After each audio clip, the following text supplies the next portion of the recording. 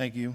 I want to thank Tracy, Paul, and Jeff for having me here today. I was very excited when I got the email about submitting applications to speak. Normally I talk about a lot of things that have to do with business, and this was something that I felt was an opportunity to express a lot of the things that I felt in my personal life that have helped me, and that I always wanted to share but never had the opportunity.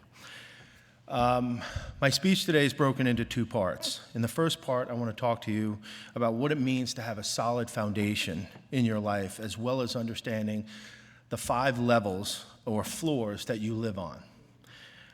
In part 2 of my speech, I will share with you how a solid foundation has helped me appreciate and be grateful for every single day of my life, even the rainy ones.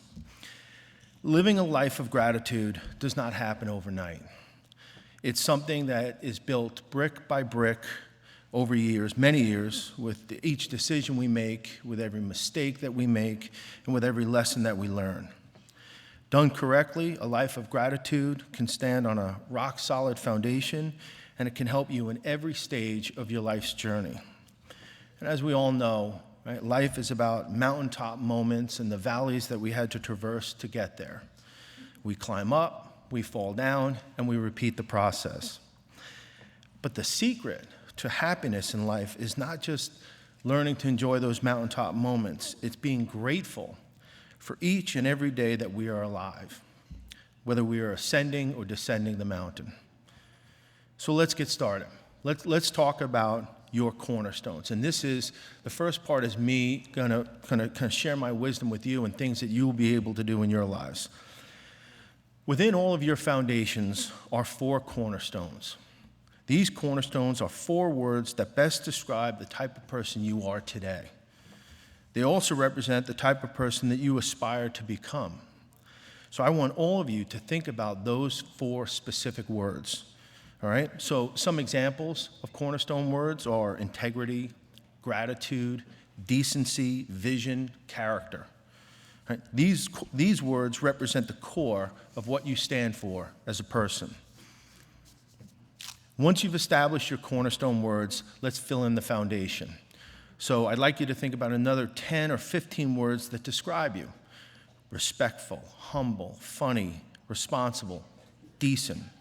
Lay these words across your foundation. Let them settle in like cement and be committed to them. Right? Just as important as selecting the positive words that represent you as a person is selecting the negative words that you want to avoid, such as dishonesty, conceitedness, insincerity. These words are red flags when they come up in discussion. You will not only want to avoid them yourself, but you want to steer clear of any other person who embodies these words, because they will quickly drag you down and keep you from living the life that you intended for yourself. So let's get started. Let's test your words. Right? If you want to live a purposeful and grateful life, it's important to gauge how others view you. I'm not talking about a popularity contest, but rather a litmus test to see if you are being true to the words you've chosen for yourself. What do others say when they describe you as a person? Do their words match your cornerstone words? What about your foundation words? I want all of you to ask your family, friends, and colleagues to select 3 or 4 words that describe you. Which were the most common words that they used? Were there any surprises? Are the differences between their words and your words big enough to make you change how you live your life? Because if there is that chasm, then that means you're not being true to who you are or who you want to be. Once your cornerstones and foundations are set, you are going to build your dream home on top of your foundation. You are the architect and the builder. In your house, you will have 5 levels or floors, and they are you, your friends and family, your career, your community, and your religion or faith or spirituality.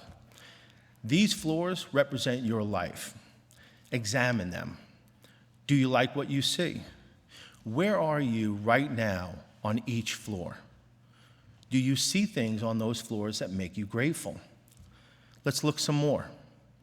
Where do you spend most of your time? I know a lot of people who will say in a moment of honesty that they spend an inordinate amount of time on their career, and that is not the person that they expected to be or that they wanted to become. What floors need renovating?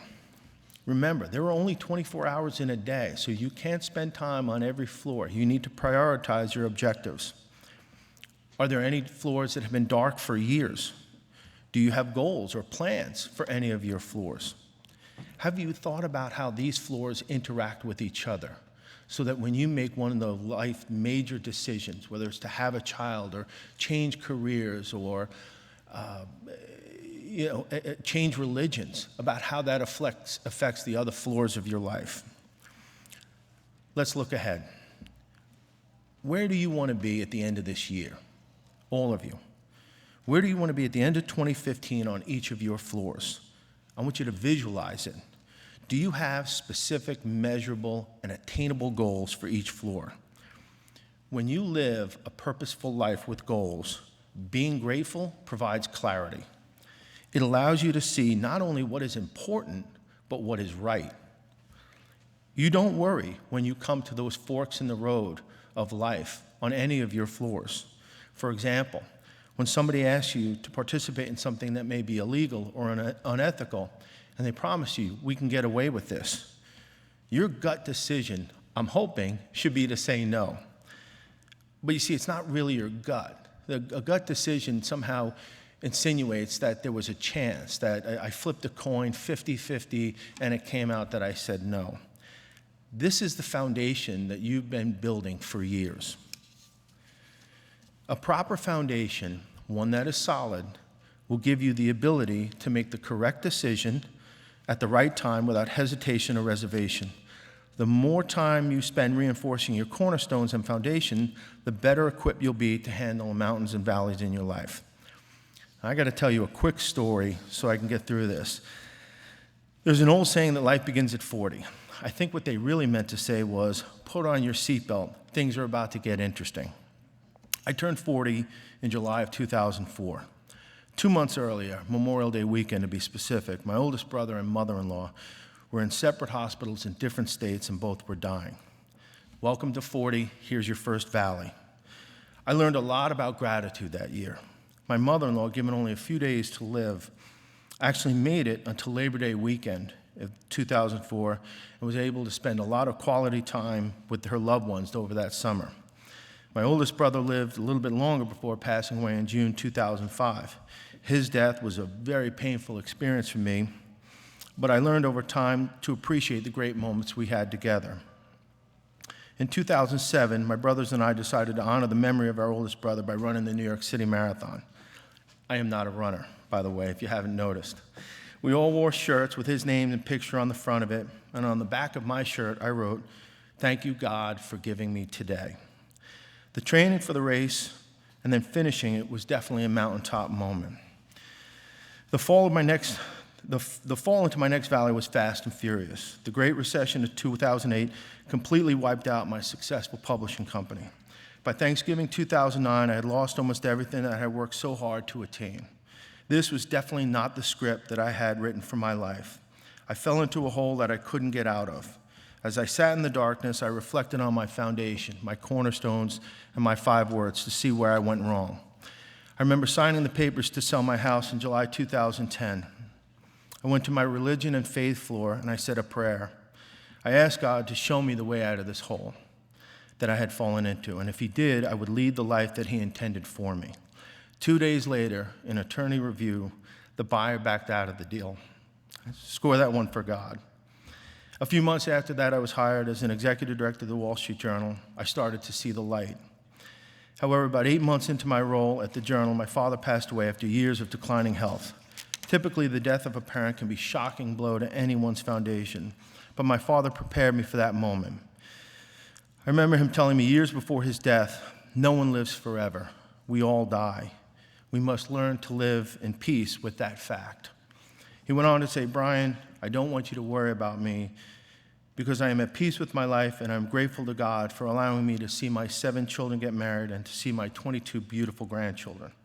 I credit him and my mother with teaching me about humility and gratitude.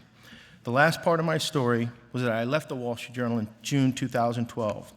Against the advice of almost everybody I know, I started a new company. I came to a fork in the road, and the decision was obvious to me, and I thank my foundation for that. It's been almost 3 years since I made that decision, and I'm definitely closer to the mountaintop than I am to the valley. Along the way, I read a quote that has become my mantra since turning 40, and I'd like to share it with you in closing. I have seen better days, but I have also seen worse. I don't have everything that I want, but I do have all that I need. I woke up today with some aches and pains, but I woke up. My life may not be perfect, but I am blessed. Thank you very much.